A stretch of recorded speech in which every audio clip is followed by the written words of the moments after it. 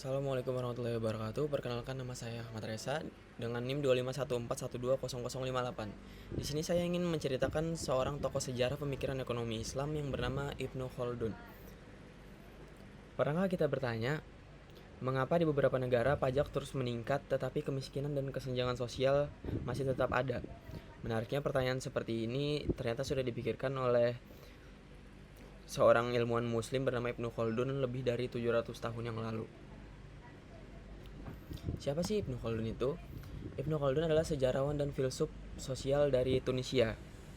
Ibnu Khaldun memiliki nama lengkap Abu Zaid Abdurrahman Ibnu Khaldun. Beliau lahir pada tahun 1332 Masehi. Beliau dikenal sebagai seorang sejarawan, ahli sosiologis, politikus, sekaligus seorang ekonom muslim. Ibnu Khaldun hidup pada masa ketika banyak kerajaan Islam mengalami pergantian kekuasaan, konflik politik, dan ketidakstabilan ekonomi. Dari pengalaman tersebut, beliau mengamati secara langsung bagaimana sebuah negara dapat berkembang, tetapi juga dapat mengalami kemunduran. Pengamatan tersebut kemudian ditulis dalam karya terkenalnya yang berjudul Al-Muqaddimah. Baik, kita masuk ke dalam konsep dan pemikiran Ibnu Khaldun.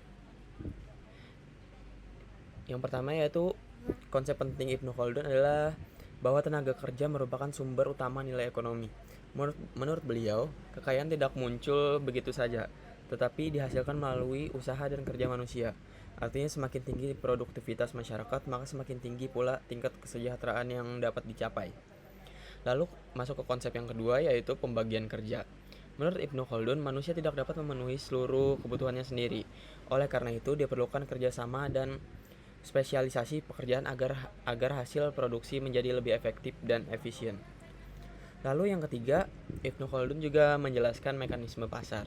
Menurut beliau, harga barang dipengaruhi oleh permintaan dan penawaran.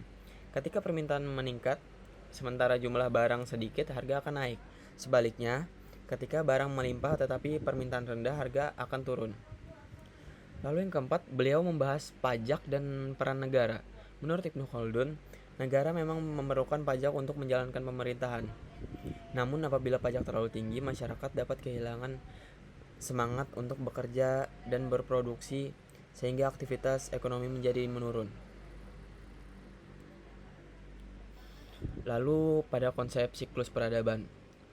Peradaban berkembang karena menurut Ibnu Khaldun, peradaban berkembang karena solidaritas sosial atau asabiyah. Lalu kemewahan berlebihan dapat menurunkan produktivitas dan kemunduran ekonomi dapat menyebabkan melemahnya negara. Bukti dari karya Ibnu Khaldun yaitu karya utamanya Al-Muqaddimah, ditulis oleh Ibnu Khaldun sekitar tahun 1377 Masehi.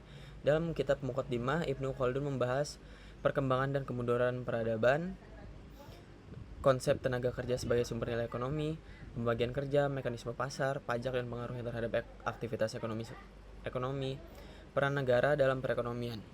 Bukti kutipan gagasannya yaitu pada kalimat keuntungan dan penghasilan diperoleh melalui nilai dari tenaga kerja manusia oleh Ibnu Khaldun, Al-Muqaddimah.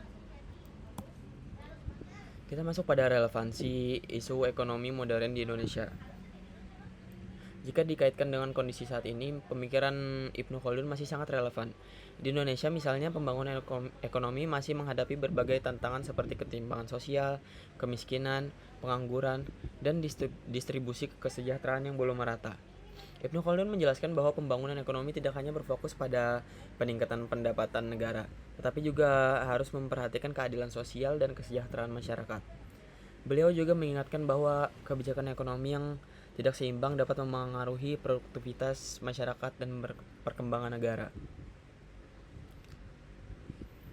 Lebih dari 700 tahun yang lalu, Ibnu Khaldun telah mengingatkan bahwa ketika pajak membebani masyarakat, solidaritas sosial melemah, dan distribusi kesejahteraan tidak berjalan secara adil, maka suatu peradaban akan mengalami kemunduran.